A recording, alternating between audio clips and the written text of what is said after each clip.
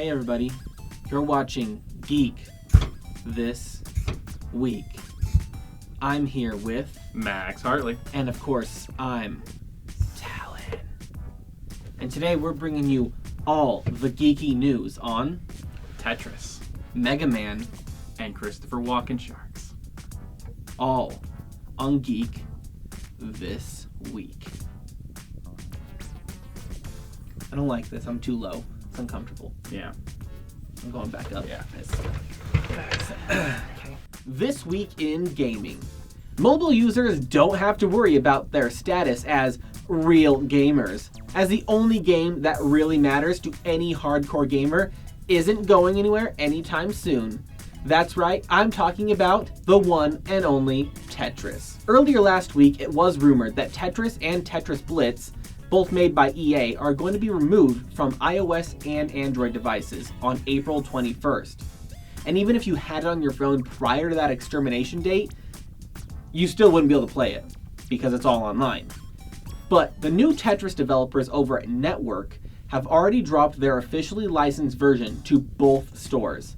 Now, it's been known that Network has been working on a Tetris Royale, the 100-player Tetris Battle Royale app, but they aren't ready for that to release. So the current version is only single player. It does have a leaderboard though. The app is free to download with ads, but a one-time payment of $5 will remove those permanently.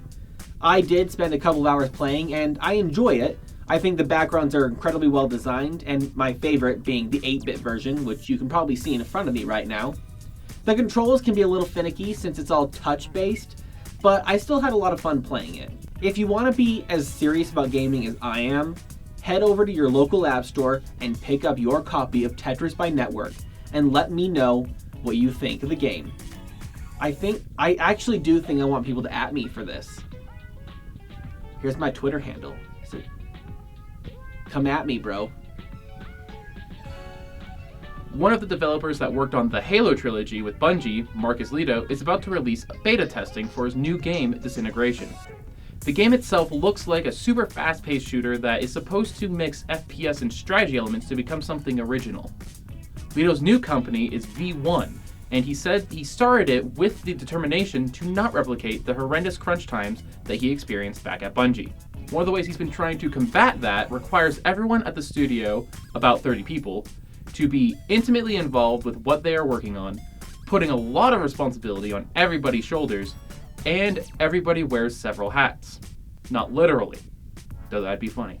Lito assures that his team works very hard to reach their milestones and can end up experiencing a crunch, but those extended work hours are limited to a week or so. Lito referenced his time working on Halo 2 back in 2004, when all the developers were essentially working crunch time hours of at least 50 hours a week for 18 months straight. Lito left Bungie in 2012, and we hope that his company V1 stays true to their word and manages to create their game, Disintegration, without the devastating crunch cycles. The game does seem super cool though, so we'll leave a link in the description below to let you sign up for the beta testing. This week in tech, there's a new book out and you'll never believe what it's about. The title is Optimization Models and Methods for Equilibrium Traffic Assignment by J.K. Rowling. Dobby is now a smart elf. Sound like something you want to read? I might not want to, but its implications could be pretty amazing. Imagine a world where traffic was no longer a thing. The premise of the book is that most traffic jams are entirely unnecessary, and they can be solved with 4 simple steps. Step 1, get all drivers onto the same navigation system. Cars can only be efficiently rerouted if it's told that it needs to do so by other cars. Step 2, ban parking. Most urban roads are too narrow and cars need space to drive. Step 3, add green lanes. Green lanes can be specifically designed for electric vehicles, promoting their use. Step 4, manage a digital twin. Because monitoring traffic requires a lot of software and planning, having a digital copy of all existing roadways will allow engineers to work and plan expansion accordingly. Okay, so the 4 steps are really huge hurdles that we might never overcome, at least in the near future. But with self-driving vehicles becoming more popular, I don't think that it's really that wild of an idea anymore. We can be driving like they are in iRobot. 200 miles an hour when scary robots jump onto your vehicle and try to kill you. I'm against all of this now.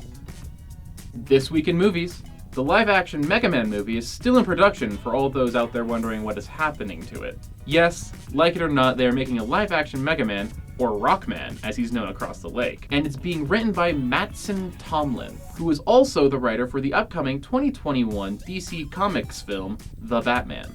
This Mega Man project was originally announced in October 2018, and with the work being put into the script, I'm sure it's not going to begin filming for quite a while, but fret not, they are willing to admit that it's, at the very least, still in production.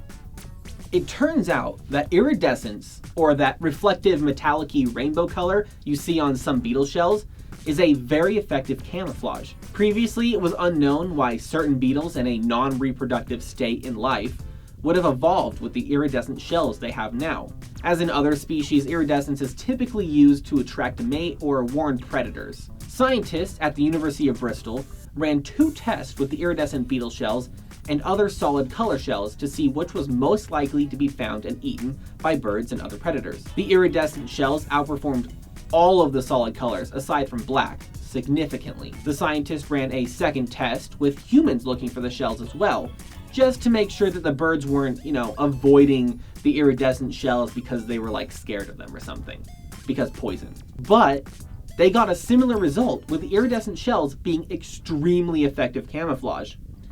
The researchers discovered that iridescence matches the reflectivity and glossiness of leaves really well, acting as a form of disruptive camouflage. So the next time that you're thinking about playing hide and seek in a well-lit forest, consider covering yourself with iridescent material, and you might be harder to spot than all of your friends foolishly wearing solid color clothing. It's like they don't even want to win. Oh yeah, and we will have a link to the paper from Current Biology in the description, because they go way more in depth about all of this iridescence stuff and how it's spooky camouflage. This week in science.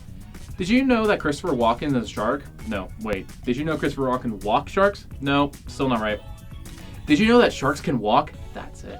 Because I didn't. The Hemiskillum is a new official phylum of sharks on Earth. Sharks have previously been observed flap walking near shores, so it's not a crazy idea. But now the sharks that can do this have their own phylum to be classified under, and, up until very recently, only 5 species were thought to exist.